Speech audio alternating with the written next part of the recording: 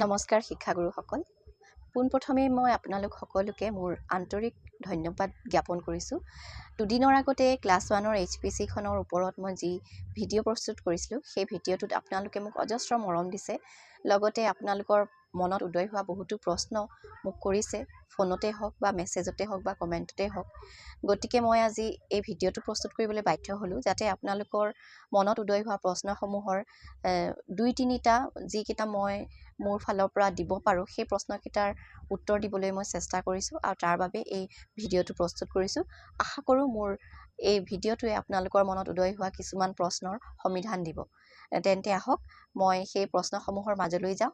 প্ৰথমতেই ক'ব বিচাৰিছোঁ, 2-3 গৰাকী শিক্ষয়িত্ৰী বাইদেউলোকে মোক কৈছিল যে ক্লাছ 1ৰ HPCৰ পূৰ কৰি বাইদেউ দেখুৱালে, গতিকে ক্লাছ 2ৰো আপুনি HPCখন পূৰ কৰি দেখুৱাওক। এই ক্ষেত্ৰত মই এইটোৱে ক'ব বিচাৰোঁ, ক্লাছ 1 ক্লাছ 2ৰ দুইখন HPC একেধৰণেৰে বনোৱা হৈছে। তাত মাত্ৰ গ্ৰেড অনুসৰি 2-এটা সাংখ্যিকতা বা সাক্ষৰতাত বেলেগ হ'ব পাৰে। ষ্টাৰ যিটো থাকে আমাৰ তৰা পূৰ কৰাৰ যিটো দক্ষতাৰ বিপৰীতে দিয়া থাকে, সেই তৰাখিনি পূৰ কৰাৰ ক্ষেত্ৰত অকণমান হয়তো তেওঁলোকৰ আপগ্ৰেড হ'ব পাৰে, মানে অলপ ওপৰৰ পৰ্যায়ৰ হ'ব পাৰে, কিন্তু বাকীখিনি প্ৰায় একেই। গোটেই HPCখন তেনেধৰণেৰেই পূৰ কৰিব লাগিব।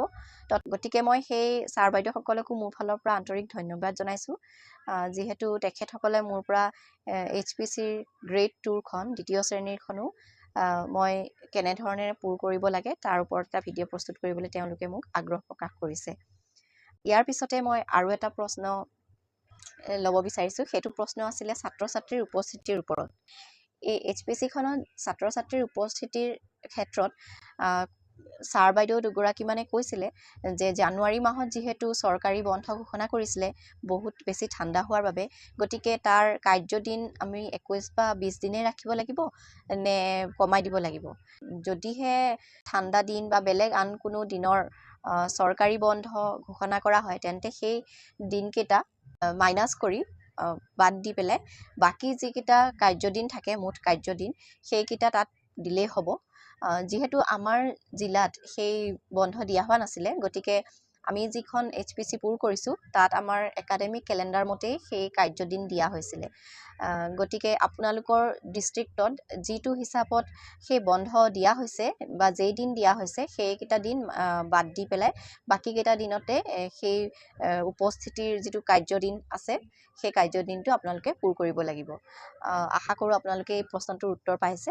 ইয়াৰ পিছতে মই আন এটা প্ৰশ্নৰ ওপৰত মোৰ যিখিনি সম্যক জ্ঞান আছে তাৰ পৰা মই আপোনালোকক সেই প্ৰশ্নৰ সমাধান দিব বিচাৰিছোঁ।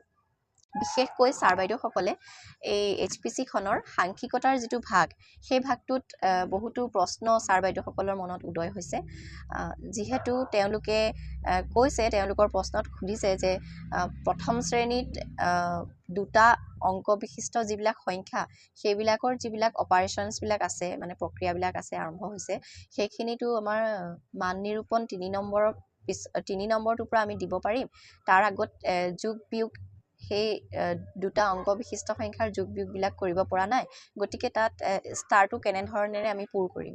গতিকে এই প্ৰশ্নটোৰ উত্তৰত মই ছাৰ বাইদেউসকলক এইটোৱে ক'ম যে আপোনালোকৰ যেনেধৰণৰ সুবিধা হৈছে তেনেধৰণেৰে আপোনালোকে সেই ষ্টাৰটো তেনেধৰণেৰে পূৰ কৰিব। যিহেতু প্ৰথম আৰু দ্বিতীয় মান নিৰূপণৰ সময়ত ছাত্ৰ ছাত্ৰীসকলৰ প্ৰথম শ্ৰেণীৰ বা দ্বিতীয় শ্ৰেণীৰ যিটোৱে আপোনালোকে ল'ব বিচাৰিছে, তাত আমাৰ সপ্তাহৰ অনুযায়ী যিখিনি আমাৰ তেওঁলোকৰ শিকন ফলাফল থাকে, সেইখিনি সিমানলৈকে যদি আমাৰ পাইছে, তেন্তে তাৰ ওপৰতে আপোনালোকে মান নিৰূপণ কৰিব। যিহেতু আমাৰ প্ৰথম আৰু দ্বিতীয় শ্ৰেণীত ফৰ্মেটিভ এছেছমেণ্টৰ কথা তেনেকৈ নাহে, ইয়াত গঠনাত্মকেই হয়, অবজাৰভেশ্যন মেথডতে হয়। গতিকে আমি অবজাৰভেশ্যন কৰি কেনেধৰণৰ ফলাফল পাইছোঁ ছাত্ৰ ছাত্ৰীসকলৰ পৰা, তাৰ ওপৰতে আপোনালোকে ষ্টাৰটো পূৰ কৰিব লাগিব। তাৰপিছত আৰু এটা কথা হ'ল যে তেওঁলোকৰ প্ৰথম আৰু দ্বিতীয় শ্ৰেণীৰ বিশেষকৈ কিছুমান বা প্ৰতিটো শ্ৰেণীতে আমি পাওঁ 3 প্ৰকাৰৰ শিশু থাকে, নহয় জানো? এভাৰেজ ষ্টুডেণ্ট থাকে, এক্সেপশ্যনেল থাকে বা শ্ল' লাৰ্ণাৰ থাকে। গতিকে আমি যদি এক্সেপশ্যনেলটোক চাওঁ, তেতিয়াহ'লে তেওঁলোকে বহুতখিনি নলেজ আগতেই তেওঁলোকৰ থাকে। সেই হিচাপে তেওঁলোকে 2টা অংক বিশিষ্ট সংখ্যাৰ যোগ আৰু বিয়োগবিলাকো খুব সোনকালে আয়ত্ত কৰিব পাৰে সেই দক্ষতাটো। আৰু এভাৰেজসকলে মধ্যমীয়া হয় আৰু যিসকল শ্ল' লাৰ্ণাৰ থাকে তেওঁলোকৰ অলপ সময় লাগে, তেওঁলোকে লাহে লাহে তেওঁলোকৰ সেই দক্ষতাটো আহৰণ কৰে। গতিকে সেই হিচাপত সেই শিশুটোক আমি তেনেধৰণেৰেই তাৰ মান নিৰূপণ কৰিব লাগিব আৰু সেই ষ্টাৰটো সেই শিশুজনৰ সেই দক্ষতাটোৰ এগেইনষ্টত আমি সেই ধৰণেৰে সেই ষ্টাৰটো পূৰ কৰিব লাগিব। আশা কৰোঁ এতিয়া বুজি পাইছে। আৰু এটা কথা এইখিনিতে ক'ব বিচাৰিছোঁ যে আপোনালোকে যিখিনি ষ্টাৰ দিব, ষ্টাৰত সেই যিকেইটা দক্ষতা, বিশেষ দক্ষতা কেইটাৰ কথা কোৱা হৈছে, আপোনালোকে কৈছে, জানিব বিচাৰিছে, সেই দক্ষতাকেইটাৰ এগেইনষ্টত আপোনালোকে যদি এটা তৰাও দিয়ে তেন্তেও আপোনালোকে দিব পাৰিব। কাৰণ এটা তৰা দিলে আমি ইয়াত আগতেই পাইছোঁ যে এটা তৰা মানে কি, তেওঁলোকে সেই দক্ষতাটো আহৰণ কৰিব পৰা নাই বা সেইখিনি কৰোঁতে শিক্ষকৰ বিশেষ সহায়ৰ প্ৰয়োজন আছে। গতিকে সেই হিচাপে আমি এটা তৰা দিব পাৰোঁ তাত। কিন্তু আপোনালোকে সেইখিনি কিয় দিছে তাৰ এক্সপ্লেনেশ্যনটো আপোনালোকে দিবলৈ আপোনালোকৰ এক্সপ্লেনেশ্যনটো সাজু কৰি ৰাখিব লাগিব। আপোনালোকে কিয় সেই শিশুজনক এটা তৰা দিছে বা দুটা তৰা দিছে, আৰু যদিও নিদিয়ে তেন্তে সেই নিদিয়াটোৰ কাৰণটো আপোনালোকে সাজু কৰি ৰাখিব লাগিব। তেতিয়া আপোনালোকে নিজৰ মতে সেই তৰাটো দিব পাৰিব। প্ৰথম গঠনাত্মক মান নিৰূপণৰ, দ্বিতীয় গঠনাত্মক মান নিৰূপণৰ পিছত আপোনালোকে সেই তৰা দিব নে নিদিয়ে তাৰ সেই এক্সপ্লেনেশ্যনটো আপোনালোকে নিজে সাজু কৰি ৰাখিব লাগিব। এইখিনিতে আৰু এটা কথা ক'ব বিচাৰিম যে আমাৰ সেই দক্ষতাকেইটাৰ এগেইনষ্টত দিয়া আছে, ব্ৰেকেটত লিখা আছে মূৰ্তভাৱে, কমা, ছবিৰ জৰিয়তে আৰু প্ৰতীকীভাৱে। আমি সেই হিচাপতো তেওঁলোকক সেই তৰাটোৰ মান দিব পাৰোঁ। মূৰ্তভাৱে আমি তেওঁলোকক বা বাস্তৱ বস্তুৰ সহায়ত আমি দিব পাৰোঁ। তেতিয়া সেইটো দক্ষতা তেওঁলোকক অৰেলি আমি সুধিলে তেওঁলোকে লাভ কৰিছে নাই সেইটো আমি এক্সপ্লেনেশ্যনত দিব পাৰোঁ। তাৰ এগেইনষ্টত আমি এটা তৰা বা দুটা তৰা দিব পাৰোঁ। আপোনালোকে সেইটোও কৰি চাব পাৰে। গতিকে ইয়াৰ বিভিন্ন ধৰণে আপোনালোকৰ নিজৰ নিজৰ মেথডত, নিজৰ নিজৰ এপ্ৰ'চত আপোনালোকে কেনেধৰণেৰে সেই শিশুকেইটাৰ মান নিৰূপণ কৰিছে সেইটো আপোনালোকৰ ওপৰত, নিজৰ নিজৰ ওপৰত নিৰ্ভৰ কৰিব। আশা কৰোঁ আপোনালোকৰ মনত উদয় হোৱা কিছুমান প্ৰশ্নৰ সমাধান পাইছে।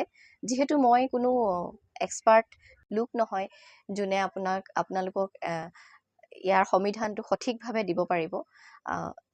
মই মাত্ৰ কেনেদৰে পূৰ কৰিছোঁ আৰু আমি কেনেদৰে প্ৰশিক্ষণ লাভ কৰিছিলোঁ তাৰ ওপৰত থকা যিখিনি মোৰ সাধাৰণ জ্ঞান সেইখিনিৰে মই আপোনালোকক গাইড কৰিবলৈহে চেষ্টা কৰিছোঁ। গতিকে এনেকুৱা নহয় যে মই কোৱাটোৱে শুদ্ধ হ'ব। আপোনালোকে নিজস্বভাৱে অধ্যয়ন কৰি HPCখন তেনেধৰণেৰে পূৰ কৰক আৰু তাৰ এক্সপ্লেনেশ্যন, প্ৰতিটো দক্ষতাৰে শিশুটোৰ কি ফলাফল লাভ কৰিছে তাৰ এক্সপ্লেনেশ্যন আপোনালোকে সাজু কৰি ৰাখিব। ইমানেই কথা আছিল আৰু মই আশা কৰিছোঁ আপোনালোকে প্ৰশ্নখিনিৰ সমাধান পাইছে। মই যিহেতু এনেকুৱা এক্সপাৰ্ট কোনো ব্যক্তি নহয় যে মই আপোনালোকক যি ক'ম সেইটোৱে শুদ্ধ হ'ব। গতিকে নিজেই আপোনালোকে HPCখন অধ্যয়ন কৰক আৰু আমাৰ জিলাভিত্তিক যিসকল KRP আছে বা FLNৰ কনচালটেণ্ট আছে সকলোৰে লগত আলোচনা কৰক। যদি কিবা বিষয় আপোনালোকে বুজা নাই তেন্তে তেওঁলোকে নিশ্চয় আপোনালোকক গাইড কৰিব। মই মাথো যিমানখিনি মই জানো, মোৰ নিজৰ যিখিনি অভিজ্ঞতা আছে সেইখিনিৰ পৰাহে মই আপোনালোকৰ বাবে এই গাইডেন্সৰ ভিডিঅ' এটা প্ৰস্তুত কৰিছিলোঁ। আজিলৈ মোৰ ভিডিঅ'টো ইমানতে ৰাখিছোঁ। ধন্যবাদ।